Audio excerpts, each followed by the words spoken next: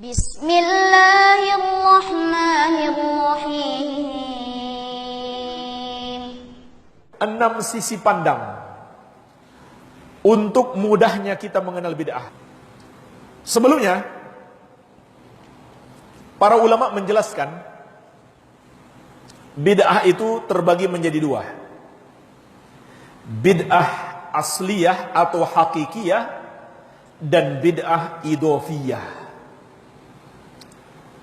Yang pertama, bid'ah asliyah atau hakikiyah. Maknanya apa? Bid'ah yang sama sekali tidak memiliki pijakan dalil. Dilihat dari sisi manapun, nggak ada dalil sama sekali, baik secara global maupun terperinci. Tidak ada dalil sama sekali. Nah, jemaah sekalian, bid'ah seperti ini mudah dikenali, gampang dikenali.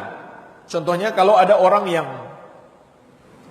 membuat lafaz-lafaz zikir sendiri, lafaz zikir sendiri atau salawat sendiri yang tidak terdapat di dalam Al-Quran dan Sunnah, seperti mereka ciptakan salawat nariyah dan lain-lain, nggak ada pijakan dalil sama sekali, maka mudah kita kenali itu adalah bid'ah.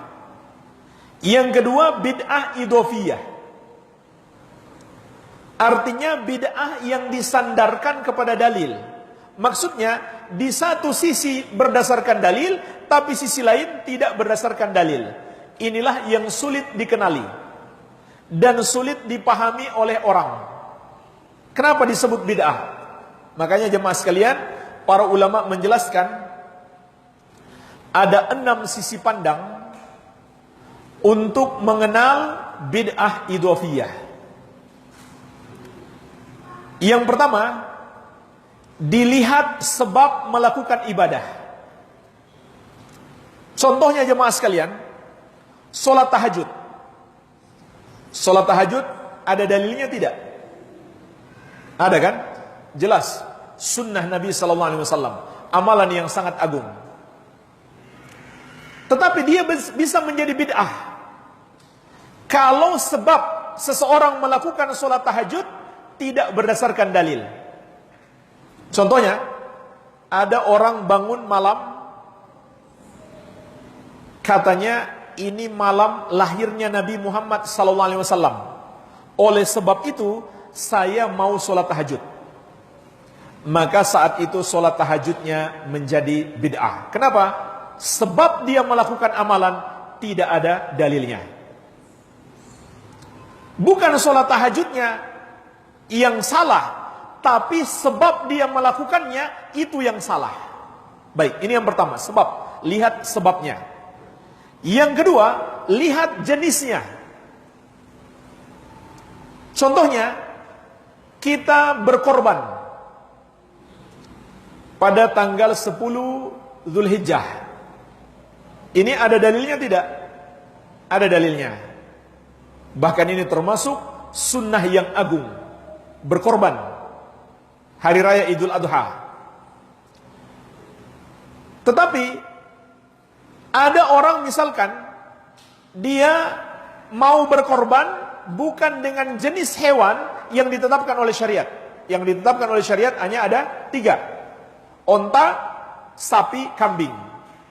Seandainya ada orang mau berkorban dengan kuda atau dengan ayam, maka menjadi bid'ah. Menjadi bid'ah, walaupun dia sembeli 1000 ekor ayam, nggak ada gunanya. Tidak dianggap sebagai korban. Dan jemaah sekalian, kalau yang ini umat Islam insya Allah semuanya paham. Makanya belum pernah kita dengarkan ada orang berkorban ayam. Ada yang sudah pernah dengar? Ya, kalau ada betul-betul keterlaluan itu. Ya. Baik, ini yang kedua, lihat jenisnya. Ini sisi pandang yang kedua. Kemudian yang ketiga, lihat jumlahnya atau bilangannya. Lihat bilangannya.